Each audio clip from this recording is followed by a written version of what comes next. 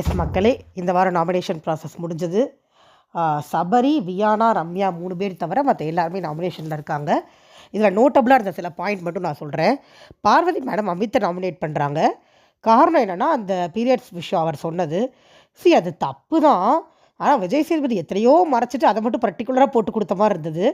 அதே மாதிரி நேற்று அமித் அதை தெளிவாக எக்ஸ்பிளைன் பண்ணார். உனக்கு நான் எல்லா ஹெல்ப்பும் பண்ணேன், அது ஏதோ ஒரு கோபத்தில் உளறிட்டே சொல்லியிருக்கக்கூடாது அப்படிங்கிறதையும் அவர் ஒத்துக்கிட்டதுக்கப்புறமும் மேடம் கன்வின்ஸ் ஆகாமல் நீங்கள் அப்படி சொல்லிட்டீங்க, அதே மாதிரி லெட்டர் விஷயத்துலையும் நான் உங்களை சொல்லலைன்னு சொல்லி விஜயஎஸ் சார் சொன்னார்ல, உங்களுக்கு பதில் கிடச்சிருச்சுலன்னு சொல்லி திரும்ப திரும்ப திரும்ப அமித்கிட்ட அதையே நேற்று ரைட்டு ஃபுல்லாக சொல்லிட்டு இருந்ததை பார்க்க முடிஞ்சது.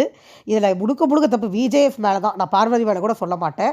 ஏன்னா தேவையில்லாத ஒரு டாபிக் எடுத்து பார்வதிக்கு லைன் போட்டு கொடுத்துட்டு போன மாதிரி தான் இருந்தது. அதுக்கப்புறம் வியானா கொட்டுறாங்க பாருங்கள் வன்மத்தை. நம்மளால் அல்ல குறையாத அளவுக்கு வன்மம் விக்ரம் மேலேயும் வினோத் மேலேயும்.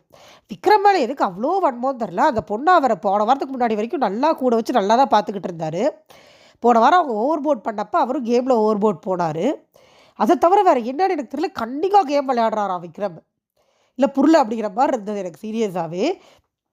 அவ்வளோ வன்மத்தை கொட்டுறாங்க விக்ரம் மேலே. சாண்ட்ராக்கிட்டையும் பாருக்கிட்டையும் வச்சுக்கிட்டா நம்ம தெரியுமோன்னு சொல்லி விளையாடுறாரு அப்படின்னு. அது ஒரு ஸ்ட்ராட்டஜி தானே, அது ஒன்றும் தப்பு இல்லையே. ஏன் நீங்கள் வெளியில் தெரியணும்னு விளையாடவே இல்லையா? இவங்க அந்த ஆண்டகோனிஸ்ட் கேரக்டர் எடுத்ததே அவங்க வெளியில் தெரியணும்னு தானே. இவங்க பண்ணால் சரி, அடுத்தவங்க கேம் ஸ்ட்ராட்டஜி பண்ணால் தப்பா? அடுத்து வினோத்தை நாமினேட் பண்ணுறாங்க. கூடவே உட்காந்துக்கிட்டு வினோத் இப்போ தெரியாமல் அவங்களே இது பண்ணிட்டு வேற போகிறாரு, சூப்பர் கங்க்ராட்ஸ் பண்ணிட்டு வேற போகிறாரு வியானா நாமினேட் ஆகலான்னு. வியானா பயங்கரமான ஒரு எச்சன் ப்ரூஃப் பண்ணிட்டாங்க. அதுக்கப்புறம் ரம்யா சொன்ன காரணமும் ரொம்ப கேவலமாக இருந்தது. சுபிக்ஷா கடலுக்குள்ளேயே போகல, அவங்க அப்பா தான் கடலுக்குள்ளே போகிறாங்க, அதை வச்சு சுபிக்ஷா பேசுகிறாங்கன்னு சொல்கிறாங்க. சுபிக்ஷா கடலுக்குள்ளே போயிருக்காங்க, நம்ம வீடியோஸே பார்த்துருக்கோம். ரம்யாவுக்கு ஒன்றுமே தெரில, தண்டம். அது கேப்டன் வேறு இந்த வாரம் என்ன கண்ட்ராவியோ அது அதை விக்ரம் அசிஸ்டண்ட்டாக வச்சுருக்காங்க. விக்ரம் தான் கேப்டன்ஷிப் பண்ணுற மாதிரி இருக்குது. வீட்டில் ஆல்ரெடி ஒரு பேச்சு வர ஆரம்பிச்சிருச்சு. இது எங்கே போய் முடிய போகுதுன்னு தெரியல.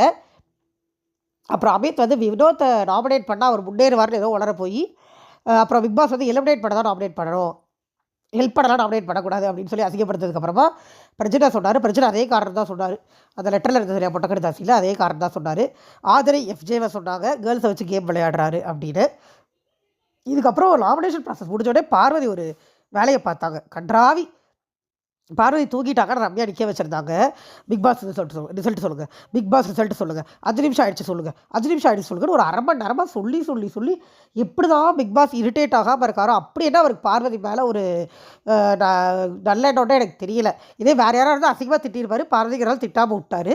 அப்புறம் பார்வதி ரம்யா உட்கார சொன்னதுக்கப்புறம் தான் ரிசல்ட் வந்தது. ரொம்ப கேவலமாக இருந்தது அந்த செயல் அப்படின்னு தெரிவிச்சுக்கிறேன். நன்றி.